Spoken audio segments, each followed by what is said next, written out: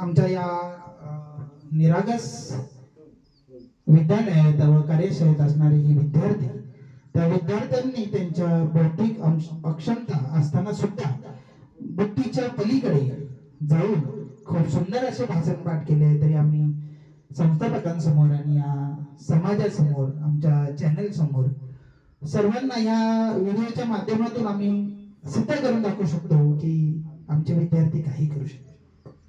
तरी आमचा पहिला विद्यार्थी ज्यांनी कित्येक दिवस त्या भाषणासाठी आपला वेळ दिला आणि खूप मेहनत करून ते भाषण पाठ केलं आहे. छत्रपती श्री शिवाजी महाराजांसाठी, आमच्यासाठी, सर्व समाजासाठी तो भाषण करणार आहे. तरी मी अक्षय अरुण स्वर्णपदाला मंचावर बोलवतो आणि सांगतो की एक सुंदर असे भाषण सुद्धा त्यांनी करावे.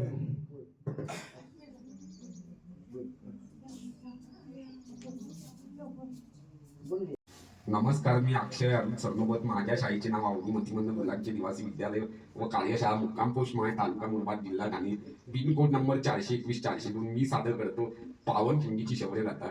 नमस्कार सर्व मान्यवर व शिक्षक आणि माझ्या साऱ्या मित्रांनो, आमच्या आदरणीय आई, आज आपण इथे छत्रपती शिवाजी महाराजांची जयंती साजरी करत आहोत.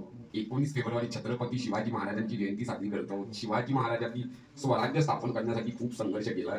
एकदा महाराज पन्हाळगडावर होते. शत्रुसिद्धी जोहरने गडाला वेढा घातला होता. चारही बाजूनी शत्रू उभे होते. अशा कठीण परिस्थितीत महाराजांनी सुटण्याचा निर्णय घेतला. रात्रीच्या अंधारात महाराज विशाळगडाकडे निघाले. त्यांच्यासोबत होते ते शूर सरदार बाजीप्रभू देशपांडे. बाजीप्रभू देशपांडे शत्रूंचा पाठलाग करत होते.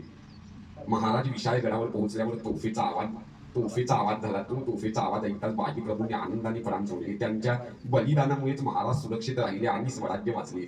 पावनखिंड आपल्याला धैर्य, निष्ठा आणि त्याग शिकवते. आपणही शिवाजी महाराजांसारखे आणि बाजीप्रभूंसारखे शूर आणि प्रामाणिक होऊया. जय भवानी, जय शिवाजी.